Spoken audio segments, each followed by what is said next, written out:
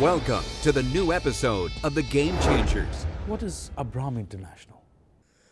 Abram came about as a business developer and marketing of the need that I felt there is there in the market.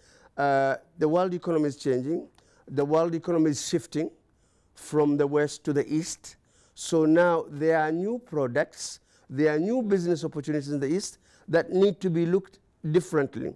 So Abram provide a vision to others for strategies. Right.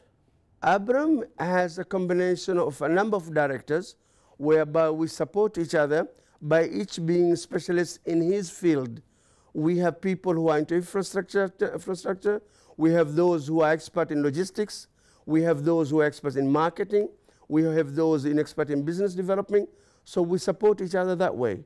Our achievement so far, we have provided a to Z plan for an educational institution, for a perfume factory.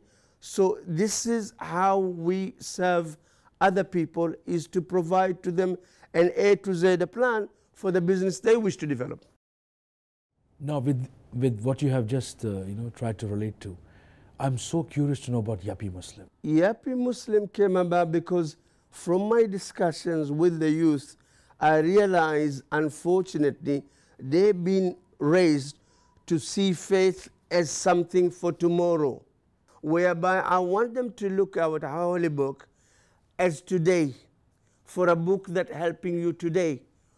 Let us take an example in business.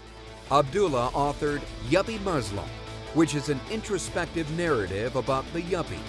Can the young urban professional Muslim be a proper Muslim in the 21st century while still living a normal life? The book Yuppie Muslim by the author Abdulla al-Salaam is available on Amazon.com. I remember you being invited in Paris. Yes, very fortunate that because I was lucky I didn't write the book in Arabic because I wrote it in English. A wider audience was able to read it. Young Australian, young Canadians, young Sri Lankan. So I had responses from people from different parts of the world telling me that thank you for making me see the faith from that side. From Paris, yes, the organization of Arab and French cultural organization, they were very happy with the book. So they were pleased I had to sign a book. A copy of the signed book today is celebrated in their library because of the way the book was written. A lot of people were surprised to find out that religion can be part of their life for today.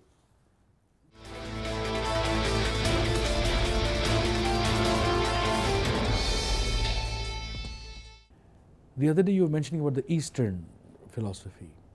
If you look at the Western school of thought, there are certain things that we've always lived with. But in the context of Greece, how would you fuse that Eastern philosophy? What are the opportunities for us from a historical point of view?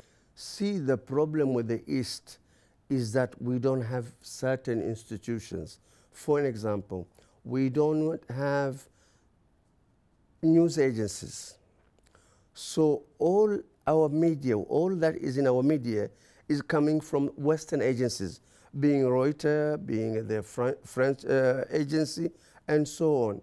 What that means is the business people, the government people in our part of the world, they are fed analysis and news from the Western perspective.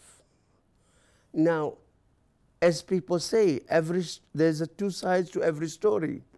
Now, if we look and read analysis that are being made by the Western people, we are taking ourselves the wrong route. This is why I want to give you example of Greece. Now we are being told Greek is going out of the euro. Greek will be in trouble. Greek will be a disaster. A disaster to who? A disaster to the Western world, to the Eurozone, but is not a disaster to the Eastern world. The Greek, they are by genes European, but geographically, they are Mediterraneans.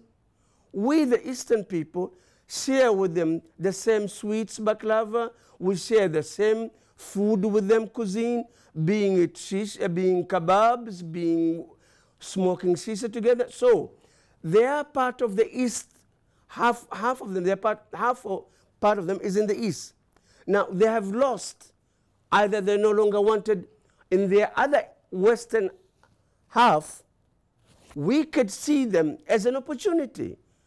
Greece, they may have lost some industrial part, they may have lost money, but still, it has the beaches, it has the history, it has the culture, it has the monuments. They're still there. Why don't we take advantage of that, bring them back to the East with us? We develop with them for their good and for our good. We have big markets. Greece, by coming back to the East, it's coming back to the GCC, oil-rich countries. It's coming back to a big market in Iraq. It's coming back to a big market in Iran. It is coming to India. Why don't we bring them back? It is only half of the distance to the rest of Europe. We could go to holiday there if they develop it well. We are still going to Europe, but only half the distance. They will benefit, we will benefit. Malaysia and Singapore have developed big zones whereby you can go like the Arab street, where you can feel like you're in the Arab world. We can do the same and develop Greece the same way. They benefit, they have new outlets, they have new kind of tourists. It could even be big spender tourists. So why Greece is a disaster going out of Euro? Because we do not analyze ourselves, we don't see opportunities for ourselves, we only see what the other people say is our opportunity. That's our problem in the East.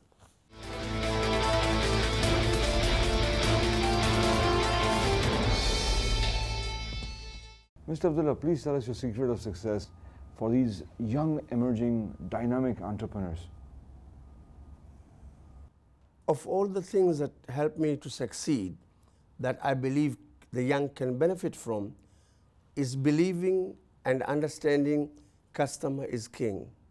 I was lucky because of my Western education. I was able to learn from many years back, the customer is king.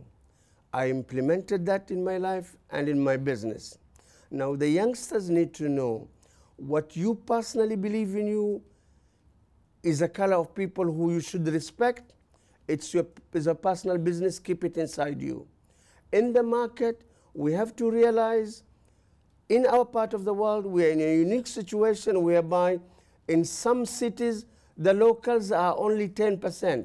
90% of the people of the market are expatriates. Now, expatriates, most of them come from countries where customer is king. They are raised on that, they're spoiled by that. You implement that or they rate you down.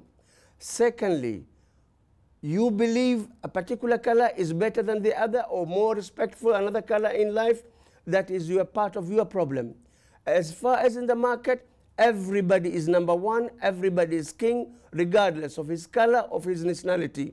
You treat him with respect as a king, regardless what your view on particular nationalities or on colors. That's what the youngsters need to know, and they need to believe in, and they need to implement it. You don't want to accept that, you don't want to believe that, that is your problem, and get out of business. Because you can't change the market. The market is like that. 90% expatriates. Respect expatriates, believe in them, and treat them as kings. You don't want to do it, get out of business, and go to your home and continue your prejudices. Let us put it easily. What I'm trying to say is, in business, you need to be colorblind.